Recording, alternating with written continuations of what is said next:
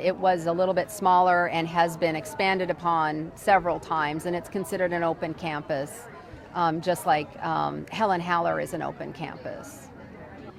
In this day and age, yes, I see a problem that we can't help facilitate safety issues properly. An open campus was in a time where we felt pretty secure as a small community, that as a village of people we were all looking out for each other, which we are, but there's too many points of entry on an open campus, and you really need to house them in a closed facility, not necessarily the grounds themselves, but the building.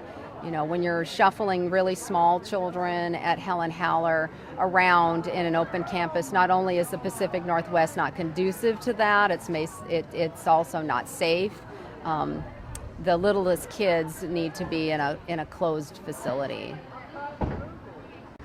Of changes, we need to consider the amount of distance that's being traveled on the high school campus to get from one station or one classroom set to the next classroom set, so that the student isn't losing valuable learning time. And that's a big issue on the high school campus. It's just gotten so spread out that they're losing travel time.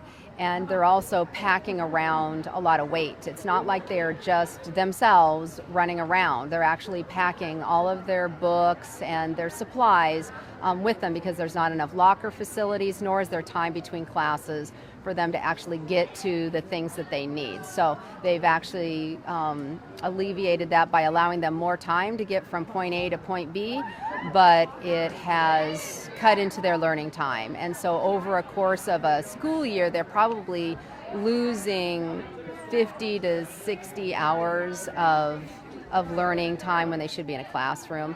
And at Helen Haller, we shouldn't be worried about housing kids in what they've labeled as pods, which are portables that are just a fancy word for trailers.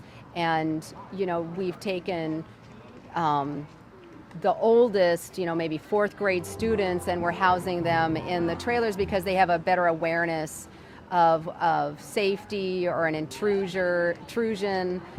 They would be more apt to be able to understand if they needed to do something, if their safety was endangered or things like that. Whereas in elementary school, kindergartner, you're shuffling around 5-year-olds, and that's not safe.